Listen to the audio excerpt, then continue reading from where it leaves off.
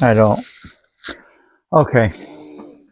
So Jey Uso versus CM Punk. I haven't watched WWE in a long time. I was kind of hoping that Jey Uso would win, but I was let down. I'm not surprised though. WWE always lets me down. I really, I just accept the fact that I'm a TNA fan, and I, I, what AEW, everything they do is horrible to me. Everything WWE does is horrible to me. I just, I love what TNA is doing with Mike Santana and his story coming from rock bottom and winning the World Heavyweight Championship. I think it's an inspiring story, an interesting story, and a compelling story. I can't wait for TNA to get a television deal, major television deal. I can't wait to walk into a grocery store and be able to talk about TNA with somebody, because TNA is like it was in the Spike TV era, where it wasn't world renowned like WWE, but it was something you could wear a TNA shirt and somebody could spark up a conversation with you. I mean, at a grocery store. I can't wait for that again.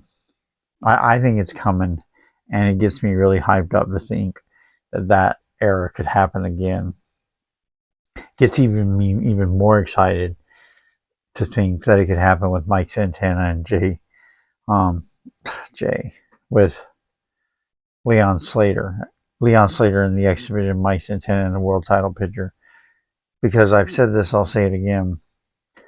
TNA has always had great moments, and one thing is with their thing is they never could pull the trigger on stories. When they had Bobby Roode versus James Storm, it was a great Bobby Roode versus James Storm feud, but it ended up having it in lockdown. It didn't happen at Bound for Glory, and James Storm didn't ultimately win the world title by beating James. James Storm didn't win by beating Bobby Roode after a long, grueling story. It never happened. There was no payoff. When Bobby Roode was dominating, he didn't lose to an up and comer that was inspiring and great at Bound for Glory. He lost on some regular pay per view to Austin Aries, and it meant nothing. And they threw that moment away too. TNA has a history of having great builds that don't have payoffs. But at Bound for Glory, there was a payoff with Mike Santana winning the World Heavyweight title. It was the biggest payoff in company history. They've never had a payoff that big. When Leon Slater won the X Division title at Slammiversary, when Mike Santana won the title at Bound for Glory, they've never had a payoff that big.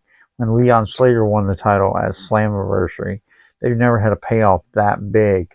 And when he defeated Moose, he was the youngest X Division champion, being somebody who was trying to be the longest reigning X Division champion. It had a great story. And that's what TNA is doing, is they're delivering on great stories, and they're also having great matches. And they're hitting it on every point that you can hit it on.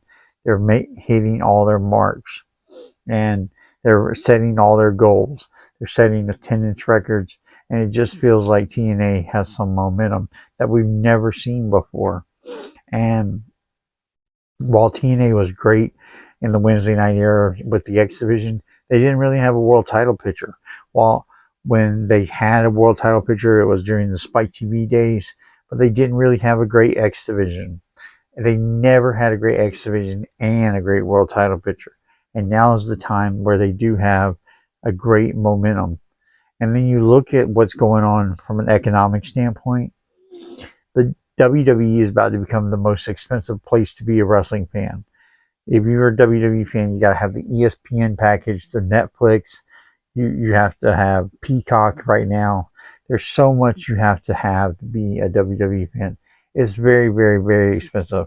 Like $500 a month. It's a ridiculous amount of money. And the WWE just is too expensive to be a fan of the WWE. And I'm not even a fan, so thank God for that, because I don't have to come out of that pocket out for that amount of money. With TNA, you can get the TNA Plus. You get the entire TNA video library.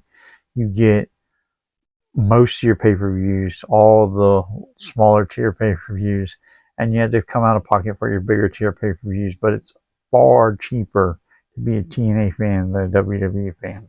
AEW's outrageous too. $30 a pop for their pay-per-views.